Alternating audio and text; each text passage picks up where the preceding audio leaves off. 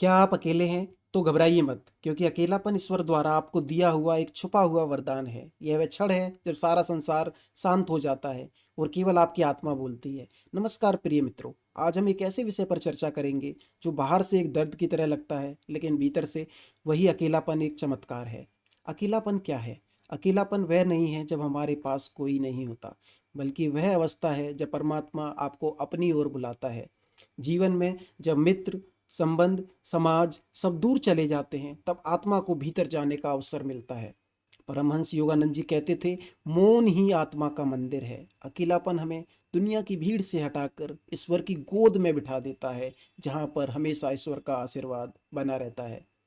अकेलापन के तीन चमत्कारी लाभ।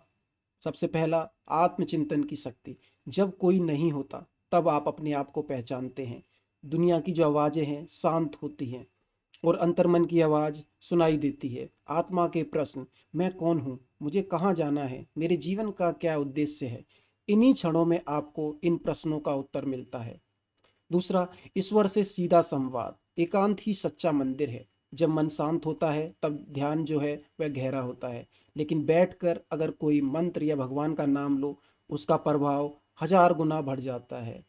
नया नई ऊर्जा, नई दृष्टि। दुनिया की भीड़ में हम खो जाते हैं, पर एकांत में हमें अपनी दिशा मिलती है। महापुरुषों, बुद्ध, नानक, मीराबाई, सभी ने अकेले में ही तो परमात्मा को पाया। जब भी आपके जीवन में अकेलापन आए, उसे आप भगवान का आशीर्वाद समझो। अकेलेपन से आपको भागना नहीं है, उसे अपनाना है। हम अकेले पैदा होते हैं, अकेले मरते हैं, और जो बीच का समय है वो आत्मा को खोजने का अवसर है, परमात्मा को पहचानने का अवसर है। मित्रों, अकेलेपन को दुर्भाग्य मत समझिए। यह ईश्वर की एक चिट्ठी है जिसमें लिखा है, अब केवल मुझसे मिलो। तो आपको ईश्वर बुला रहे हैं, अब भीड़ से बाहर आओ।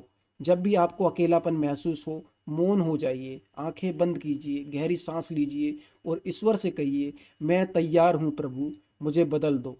अकेलापन भाग्य बदलने की वो चाबी है जिससे आपकी किस्मत के जो बंद ताले हैं वो खुल जाते हैं। जो अकेले में ईश्वर को पा लेता है, उसका भाग्य बदलना कोई बड़ी बात नहीं होती। दुनिया आपको छोड़ सकती है, लेकिन ईश्वर और परमात्मा आपको कभी नहीं छोड़ता।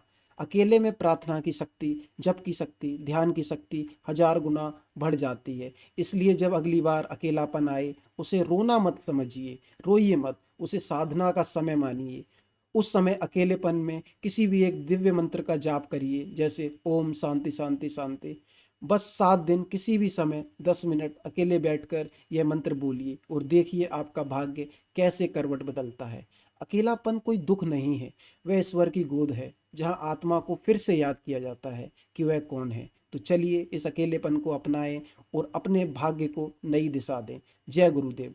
परमहंस योगानंद जी की कृपा आप सब पर बनी रहे। अगर आपको आज का वीडियो पसंद आया तो चैनल को सब्सक्राइब करें, वीडियो को लाइक करें और हमारी इस आध्यात्मिक यात्रा से जुड़ें।